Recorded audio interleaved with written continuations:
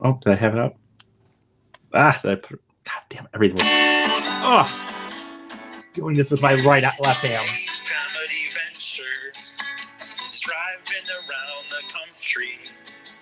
Him and a couple of buddies just telling jokes. Sometimes funny things happen, and that's why I do the show. Amy asked me lots of questions, but mostly if I got laid. Biggie's Comedy Venture. It's Biggie's Comedy Venture. Biggie's Comedy Venture. Biggie's Comedy Venture. Hello, Amy. How's it going? Hello, welcome back to Michigan, E. Ugh, terrible. I will say when I was, what's funny is on my mind, because I never did winter at all. Like, it wasn't even like, I just went down to Florida for a month or a week. Yeah, you skipped that shit. I skipped that, and I like winter. But having said that, like, that's not what I'm getting. Like, when I was driving around yesterday with my mom to, like, the doctor or whatever, for some reason in my mind, I was like, it's summer. And, like, it didn't, like, I mean, is it actually summer yet? I guess it's not actually summer technically, yet. it's spring. But I was like, it's summer. And I know it sounds weird, but, like, I didn't expect it to be summer because I think I just assumed it was going to be cold, I guess. Yeah. Michigan. Yeah. So anyway, there's that. And right off the bat, I am gonna answer a question that I'm sure people are wanting to know. And no, I have not changed my shirt since last Tuesday. So and why is that, E? Nor have I showered. You haven't showered in a week. I'm gonna finally do it tomorrow before I go to Mike's house. This one. When I broke my shoulder, for people don't know, I broke my collarbone 2 years ago-ish, 2.5, I guess at this point, maybe, years ago. It was my left arm, and it did not hurt this bad. This one hurts more than that one did. And like that one, I remember very specifically, I crashed on a Tuesday. I got in a car crash on a Tuesday, and I didn't shower until I went to the TDC on Sunday. So I've already passed that, obviously. But like, I remember like not wanting to do it. But at that time, I could like lift my arm up a little. I could not lift my right arm. So what is broken? Where's the pain? What's called the broken bone is called, I guess I broke a scapula, which was, I was told by my urgent care doctor, he was actually a really good doctor. I know it sounds weird to say that, like, there are ones that you feel like they're just trying to rush. They don't care as much. This dude seemed really cared and was trying to, like, he was even calling around other doctors. Like, when I told him what we were doing, he was trying to, like, find a way to tell me I could keep going. Right. But basically what he told me was this is a very hard bone to break, I guess. What a shock for me. Where is it exactly? It's like up in the shoulder blade. Okay. Kinda. I looked at the x-rays yesterday. He didn't even show me the x-rays the day he actually did the things last Thursday when I was in Utah. He didn't show me the x-rays. He just told me. But the guy yesterday at the orthopedic did show it to me. And what's hopefully going to save me from getting surgery, he's like 90% sure he doesn't think I need surgery, it's a pretty big break.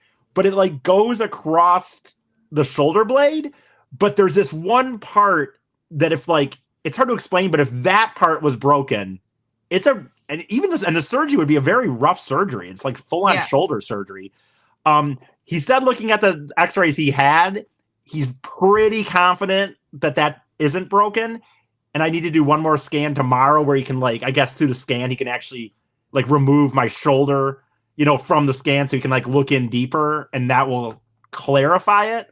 So when you went to these doctors and they were like, all right, so what happened? Did you just get the video out and show them? I did not get at first my instinct is the best way to be like, this is what happened. I know. Well, I know my first instinct in these situations is I never know how insurance works. And I don't like to, like, if you're fucking around, I don't know what the deal is. Finally, I got to the point where I don't know. Jesus. I don't know.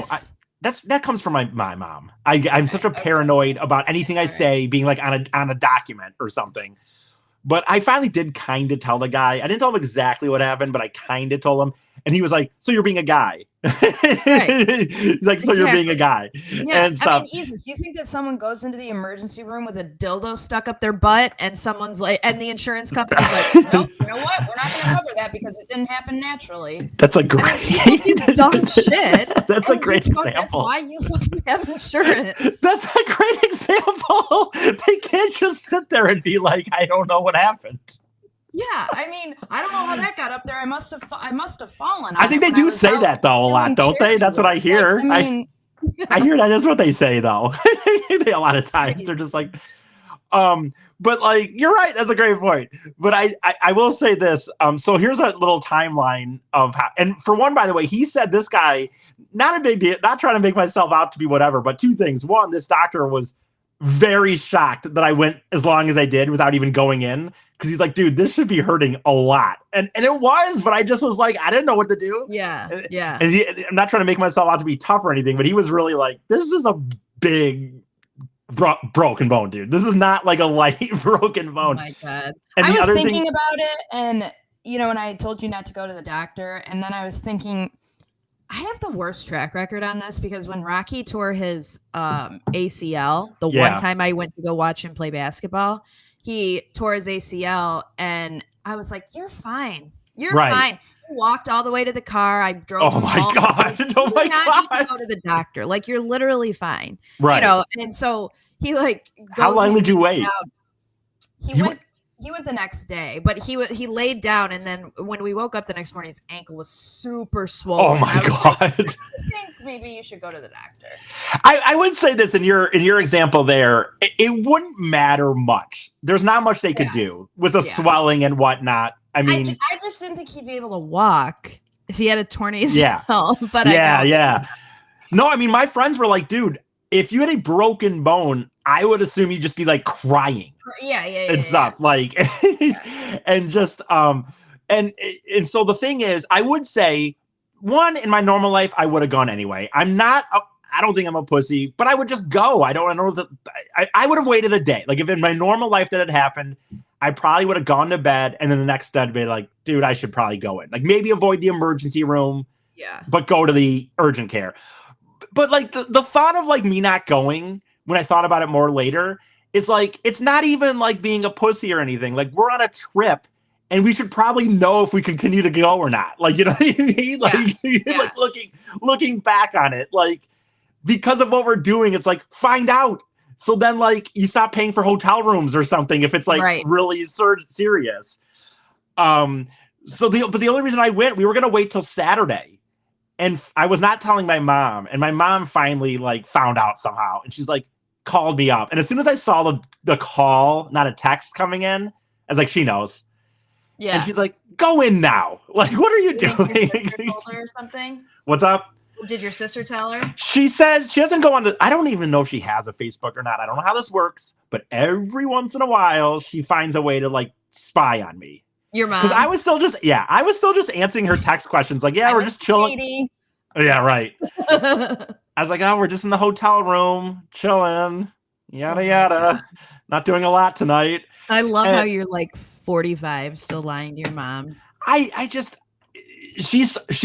think I'm a worrier, and I'm an overthinker, and she is a much bigger overthinker than me. So I have to protect her from that, in my opinion. But in the end, having said that, her finding out, I was going to wait till Saturday. And that was just the wrong call because of the result in the end. It was not going to fix itself by Saturday. Yeah. I will say, for whatever it's worth, I don't care what people think about it.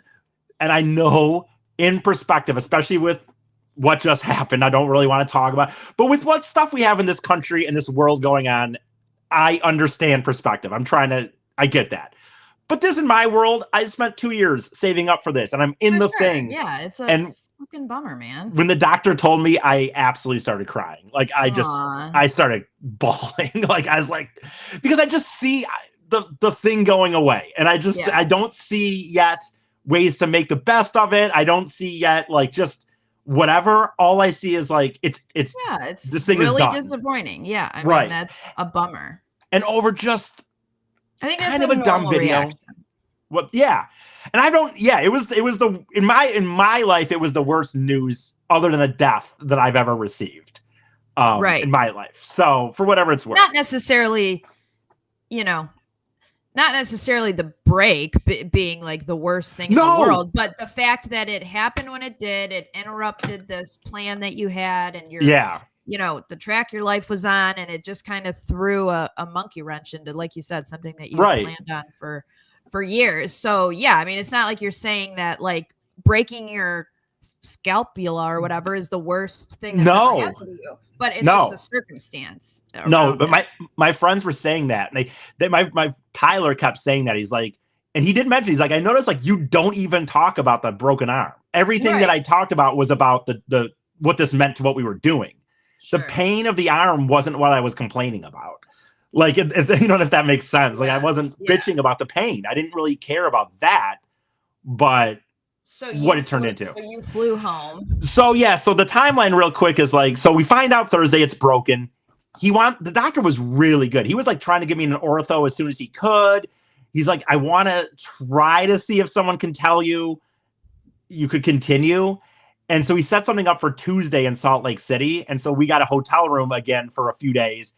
And it's like, it was just brutal because like I'm sitting there trying to think like maybe I can stretch this. What if he tells me it's not, bad enough for like my thought was like, as long as it's not surgery, I could just keep going. Yeah. And after sitting in the hotel for a few days and like really feeling what it was going to be like and talking to my buddies, the problem was I had some guy, and I know he wasn't being a smart ass. He was just like, oh, you can't do comedy with a broken shoulder. And it's not the comedy though. It's like whole. I mean, it's traveling cross country while you're driving.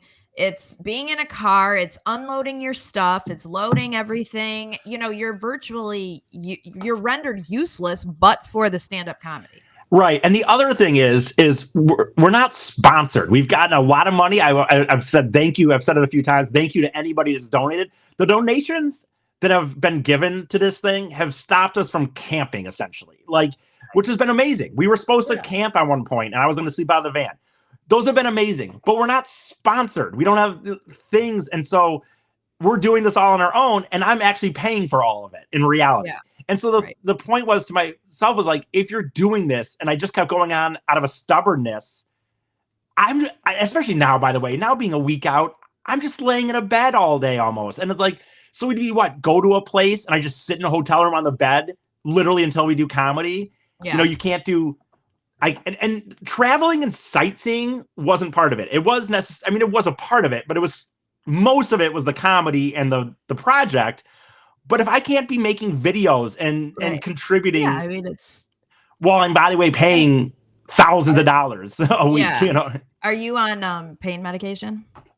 They did give me low-level oxys, I guess. Okay. I think it's like narco or something. Yeah. What I am so paranoid about the idea of getting addicted to these things. And most that I've for example, I don't remember how many he gave me, but it says take one pill every 4 or 6 hours, right?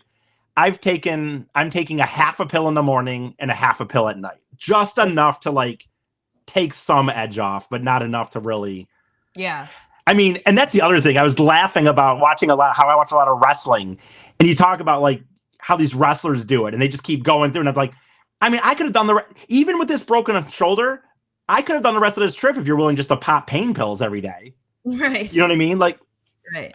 It's just the truth. If I had said, I don't know you, but I broke my elbow when I was on vacation, and the pain. Was that a long time ago?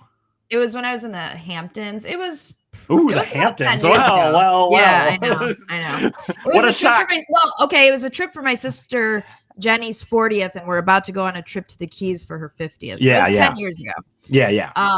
But anyway, broke my arm the first night in the Hamptons, but I was so grumpy, and I snapped at people the whole rest of the trip because combined with the pain and the medication, the pain meds, it just made me grumpy, and I wasn't even enjoying being in the Hamptons. So it's why, you're spending all this money, you should be in a good mood. You should be able to enjoy it. Yeah, I mean, I think no, and it's a normal, natural reaction. Well, and the point of the trip And is you to guys make were going to this, come back anyway at some point. right, in August. The point of the trip too is to keep building this kind of thing we're trying to build. So if one of us is significantly, and by the way, that doesn't mean something's not going to happen with one of them then.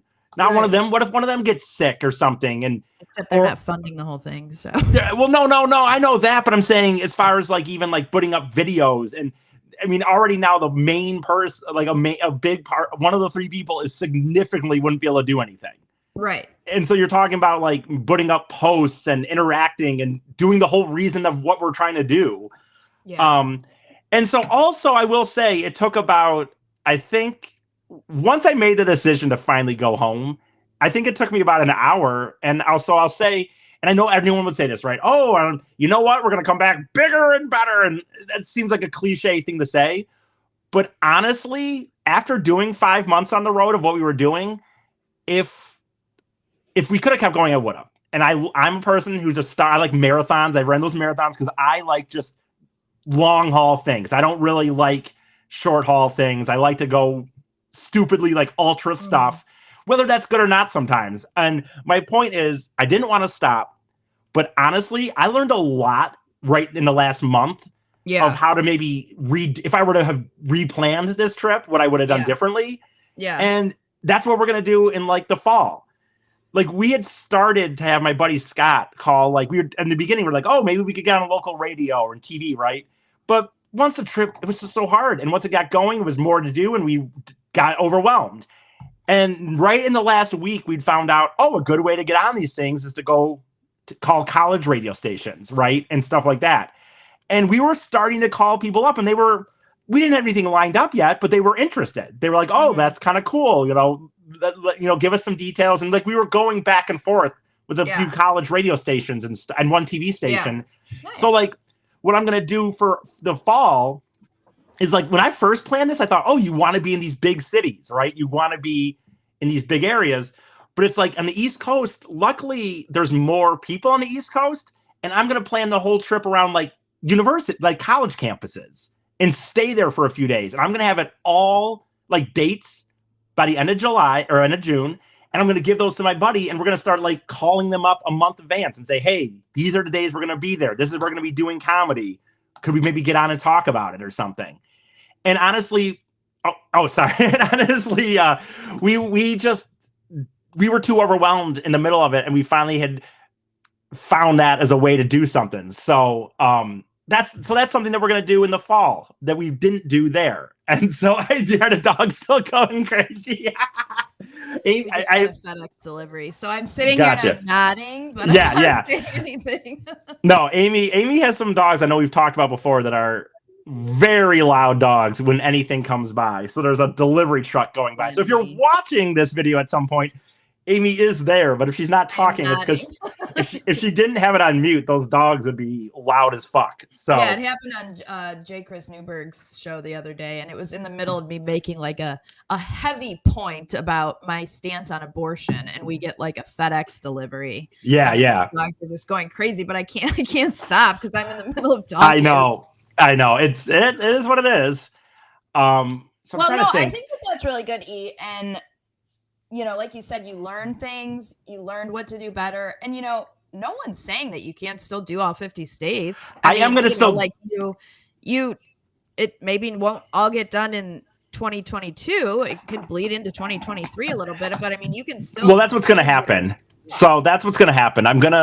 Assuming nothing in my life changes that stops me from this, we're going to do this run of the East Coast from mid-September to end of November, come back. And then I'm going to save up, and middle of May to end of July next year, I'll do the states I didn't do or whatever. Gotcha.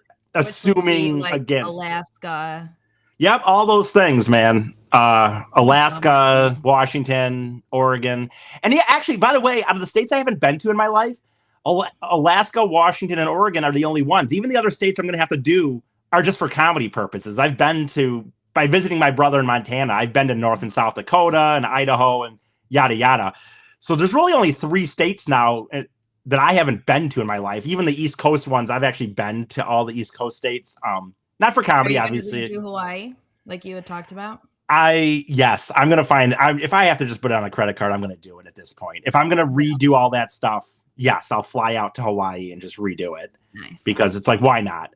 Go ahead. The two friends, Tyler and here, Scott, yeah, are they also in this off period? Are they working and earning money to save towards this trip, or how does this work? Now that they know that they're a part of it, are they like looking to contribute? Yeah. So actually, I would say too that Tyler was already a little on the fence on if he could do the fall, because we'd spent the money he had. He does some jobs that it's like, he does painting jobs, and it was all kind of based on how many jobs he could get in a certain amount of time. With us coming home so early, what I said to them is I said, look, you don't have to promise me or anything, but like, if we left early, how much more likely would you both be able to do at least the fall? And as far as now, they're 100% planning on it. Again, life can happen, obviously. Yeah, sure. But it's, as far as now, that is like 100% the plan. And where do they live again? They live in the Grand Rapids area. Okay. Did one of them used to live in Colorado? They both did for a little bit. Okay. They both lived in a place called Colorado. Yeah, and they've been roommates at different points in life too. Like they used to live together here in Grand Rapids. They've known each other since they were like 9 or something like that. So then they're currently driving the van home. They should be here sometime. What time is it? 2? Probably in the next 3-4 hours, I guess, in that range. But they should be here sometime this evening with the van, which was kind of bizarre to leave them. Mm-hmm. And then I will say this. I had this like, it's like, I swear, I try to understand, like, it is what it is. But like, you get to the airport, right? For one, it's like, in the end, the flight that was supposed to be at 9:45, they land and they're like, okay, well, our people are here. We should be boarding soon. I started looking out, I'm like, what's this guy doing on a ladder? Pretty soon it's like, we need another 45 minutes, another 45 minutes, we're going to try to find another plane. We couldn't find. And so also, by the way, Amy, and so you're stuck on the plane this whole time. No, luckily we were in the airport at least. I will say that. God. But honestly, I am in such well, yeah, I mean, situation. That is just, I mean, Eric, trust me, I would have gone into full fucking meltdown mode, because even when I don't have a broken bone, the tiniest inconvenience when I'm traveling at an airport will send me into a fucking rage. Like, we were flying home from South Carolina on Sunday. Yeah. We land and we're just stopped there, and it's like, we're waiting for them to get our gate ready. And Rocky just looks at me and he goes, oh boy, because he's like, this happens every time I travel with you. Yeah. He knows I don't react well, because it's like, there's a bajillion empty gates. What's happening? Right. What is the whole point?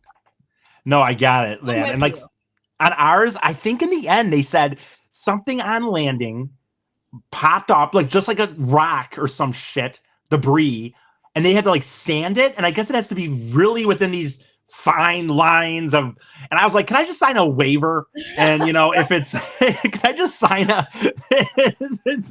and let's just take off and go from there. I bet we can land and take off. Your life is not worth 4-hour wait. I fuck that. And then, by the way, so then while we're doing that, it's like, the only nice thing is I had a few people around us where we're all kind of like laughing about it. So I go up to get food, and it's like, how those airport places are, where it's like they got one of those, like, it's like a regular sit down restaurant, but they have like a to-go one where you can just get, like, they kind of pre-prepared meals or whatever. And so I'm sitting there, and this guy, for one, is like not understanding that he wasn't ordering a meal to sit down. Like, she had to explain to him, yada, yada. And then it's like, and he's like, okay, now where do I get my water from? And instead of like going out of the line, and it's like, I have a freaking, for one, a sling on at this point. And also you're going the wrong way. And it's like, he just bumps right into my fucking shoulder. And it's like, I just sat there. I'm like, Jesus, fuck. And it's like the lady, I felt so bad for the girl at the counter, because I'm like, look I know he wasn't trying to be mean, but I have a broken shoulder here, and this guy just bumps into me, man. And it's like, he didn't even, I mean, I think he kind of said sorry, but not in any, I don't even know that he did, by the way. I'll give some benefit of the doubt that he said something under his breath, but I honestly don't know that he did. And it's like, I just was sitting there and like, I don't even want to make the dumb pun in time. I'm not going to say it, but can just like, can it just something not Like, happen? Just catch a break. I don't even want to say it because you know what I mean. I didn't want to say it, but like, I know it's like, but like, dude, I know he wasn't trying to be mean. And then I was getting on the plane, by the way, and same thing. Like this guy is gogging, and then all of a sudden, apparently for some reason, the sky waitresses like had to like carry a big old bag of trash by him. So this guy bumped into me again there too. Oh and I'm like, fuck, man. And like the guy's like, and that guy was very apologetic. And I told him, said, dude, I'm not mad at you. I know it was just a thing. It's just this rare situation where I have a fucking broken bone, man. And it's like 2 people bumping into me. And it's like, God. That sucks. I'll say this. It was very bizarre the last night we were in the hotel room, knowing we were all going to be done for a while. I woke up at one point at like 3 a.m. and it just was like such a weird feeling sitting in this hotel room, knowing that I was going to go home. And me and Tyler talked about it. And I will say this. I know we didn't get, viral videos. We weren't making no bank. We made more money than I thought we were going to make, though. We raised more money than I thought we were going to make. He sold a shitload of paintings and stuff like that. And we were saying to ourselves, honestly, mostly for 3 guys who didn't have it, no one knew who they were.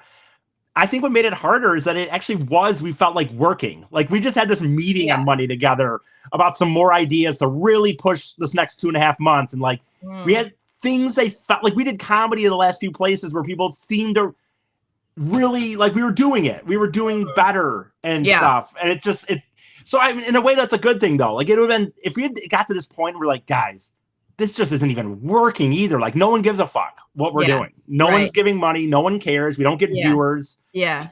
That would have been harder. Oh, well, no, it would have been easier to leave. Right. Ironically, this made it harder because we all felt like we had literally on just Monday night had this like a half-hour meeting with each other. And we were like really all in a groove together and like, had things we were going to work on. And it is what it is. That's what I'm gonna. What's up?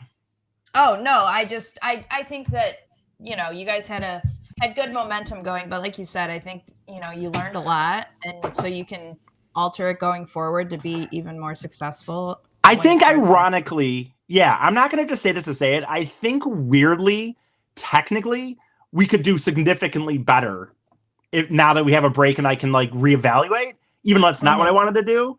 Yeah. And I'll say one more thing about making the decision on whether to go back or not. And I mean, you and me are both, I think, pretty similar people, like in the sense that we're stubborn. We tend to like we know what we want. We work for shit, whatever. Right. You know what I mean? And I will say, I think still, though, part of I'm not trying to give myself props, but I do think, having said that, there's a time in your life when we have to realize like there's stubbornness and there's wanting to like push through and be a work ethic person. But in the same hand, I think that there's certain situations where you have to realize that's not always the better move, though. You're right. Sometimes the better move, just not being able to reevaluate and understand that things happen is good. Right. There's you know what I mean? There's something to being a work ethic person. There's something to be a non-quitter. But I don't think there's quitting and there's seeing something and going, hey, let's do what's best for the whole project of this. Right. And this was what was best for what we wanted out of all this. Yeah, for sure. I think it was a good decision. And I swear to God, Amy, I almost didn't do it. I mean, I was really trying. And in the end, we all sat there and we said, dude, what if he says the best case scenario, which is what my doctor gave me, by the way, almost probably no surgery. But the best case that this doctor is still giving me is 4 weeks of sitting, basically doing nothing. A few more weeks after that of, this, and then, physical therapy. So anyway. Well, we will be at Katie's, I think, on Saturday. So nice. Since you're I'll home, waddle feel over. free to waddle on over. Nice. Yeah, that'll be fun. I will. Don't. Yeah, that'll be something to finally look forward. What is today? Nice. Thursday? Wednesday. These days are going to go by so slow. That's awesome. What I'm going to say to anyone listening, by the way, is that I'm not going to stop doing this show with Amy. They'll probably be toned down episodes in the sense that they won't go as long, but I don't want to just go away. So, for example, next week I can still talk about the actual results of the test and this and that, and I'll try to come up with some things from the trip that maybe I hadn't told Amy. but I want to still do a weekly thing, and it'll probably be 10, 15 minutes depending on how much, but it won't be as long, but I don't want to just stop them. So there's that. I'm not going to say the Venmo for now. I'll hold off on all that shit again for a while. I won't take money. If we're just at home, I won't take money. I'll take the money when we're on the road again. If you want to donate to his pity fund, Right. His Venmo is Eric Fady. I didn't ask for it. Yeah. No, I'm just kidding. No. All right, Amy. Thank you. And I'll see you next week. Or actually Saturday, possibly. Oh, shit. I hit